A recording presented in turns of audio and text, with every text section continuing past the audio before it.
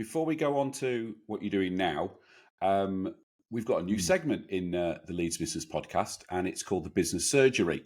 I've asked listeners and viewers to send in their business problems, and I will try and give some sort of solution, and my guests will as well.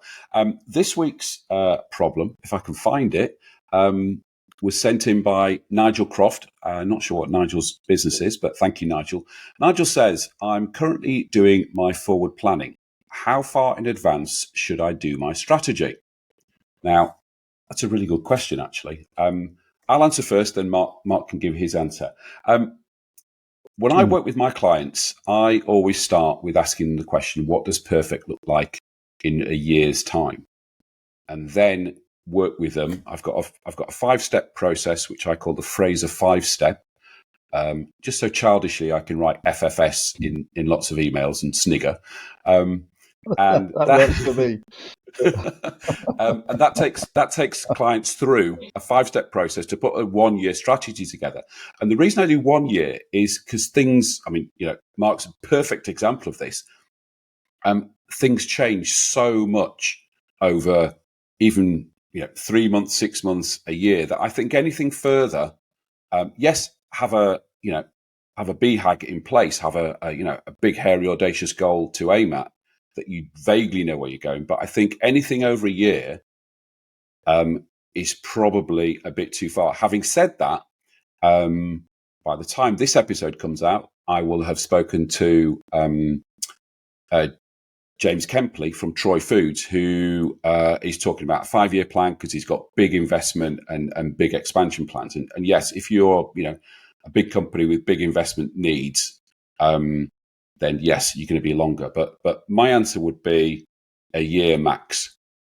Mark, what do you think? Yep, completely agree. I'll name check Gary from Tendo, Gary King. I did see him talking about this and saying about people with 5-year plans. It's like there's very few businesses that you can actually do that for realistically. I agree with a year.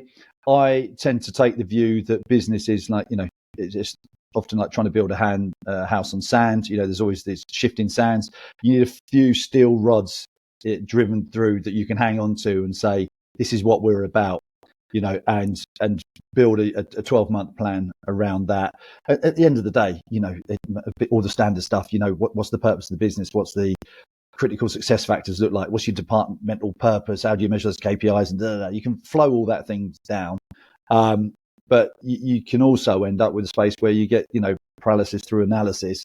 And it's, so for me, it's, you've got your daily operations, do right by your people, do them well, make sure everyone in the business has got 4 things that they understand about what your business is about, 4 or 5, whatever it is, and get alignment behind that. If it's too far in the future, if there's, at what point do you start discarding things, as something, oh no, but this is a day-to-day issue now, but we want to do that in 48 months time. Well, okay, but how much, where is it now with your short-term goals? So absolutely agree. 12 months and a shorter plan with everyone behind it is better than a longer plan that no one understands. Yep, I like that. There you go, Nigel. Hope that answers your question. And if anybody has got a business problem they want to send into the Business Surgery, just drop me an email, phil@leedsbusinesspodcast.com, and hopefully me and a future guest will solve your problem.